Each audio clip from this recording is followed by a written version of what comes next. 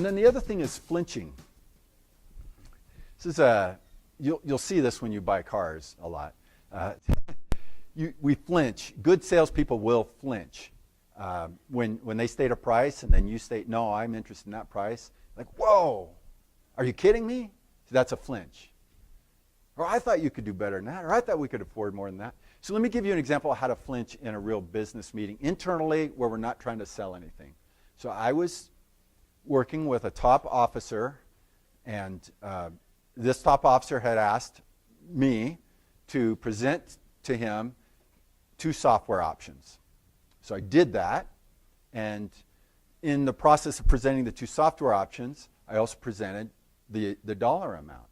But I didn't know exactly how much money that officer was really willing to give up for this project. So I kind of guessed at it a little bit, but I also realized how much did we really need to do it in this big full-scale way. So I pitched the full amount. And he flinched when we got to the number. He was like, whoa, I was not expecting that. And so how do I handle that? I flinched back. I'm like, whoa, well, I thought you wanted the whole thing, or I thought you wanted to be successful. So I took the power back. And I mean, you can do it without being rude. But it's important to do that because you pull back and you make because if you don't, you're like, oh, I'm sorry. I've offended you by assuming that you were ready to spend too much. I feel really bad now. If you do that, they will get the wrong message. But if you pull back and you flinch and you pull the power back by, well, I assumed or I expected or I built this for this scenario, and then you offer them an out.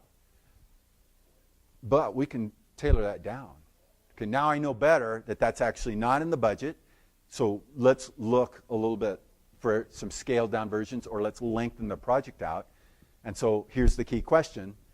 So how much are we, how big's the box? A lot of ways you can ask that. I'm usually just get direct. Well, how much money are we going to spend?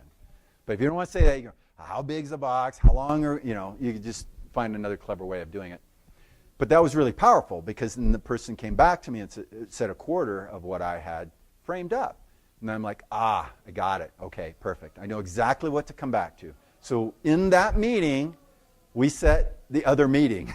Don't leave the meeting without the other meeting. Come back, present for that amount, and we're good. Check us out at leaders247.com.